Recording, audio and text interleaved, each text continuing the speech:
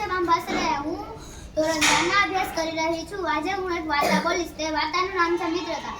જંગલમાં એક વાઘ રહેતો હતો. એક દિવસ તેના દાંતમાં એક નાનું હાડકું ભરાયું અને ત્યાં જ ફસાઈ ગયું. વાઘે તેને કાઢવાનો બહુ પ્રયત્ન કર્યો, પણ તે નીકળ્યું નથી.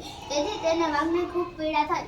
તે એક ઝાડની નીચે બેસીને ખૂબ જ પીડાતો હતો. એક પક્ષીએ તેને પીડાતો જોયો અને તેની પાસે આવીને પૂછ્યું, શા માટે પીડાઈ રહ્યો છે? વાઘે કહ્યું, મારા દાંતમાં એક નાનું હાડકું ભરાયું છે અને ત્યાં જ ફસાઈ ગયું છે. મારા દાંતમાં એક નાનું હાડકું ભરાયું છે અને ત્યાં જ ફસાઈ ગયું છે.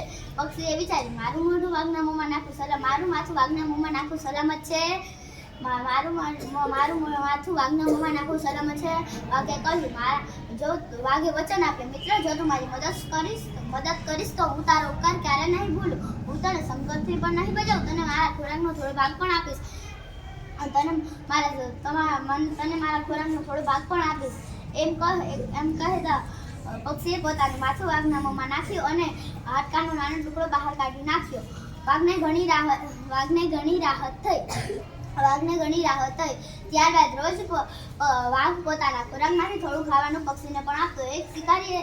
એક શિકારીની નજર ઝાડ પર બેસેલા પક્ષી પર ગઈ અને તેની તરફ તીરનું નિશાન તાક્યું અને છોડવાની તૈયારીમાં હતો. પક્ષીને બચાવવા વાઘે શિકારી પર એકાએક હુમલો કર્યો. વાઘને જોઈ શિકારી પોતાનું તીરસ મઠું મૂકીને ભાગી ગયો. પક્ષીની મદદ માટે વાઘનો આભાર માન્યો.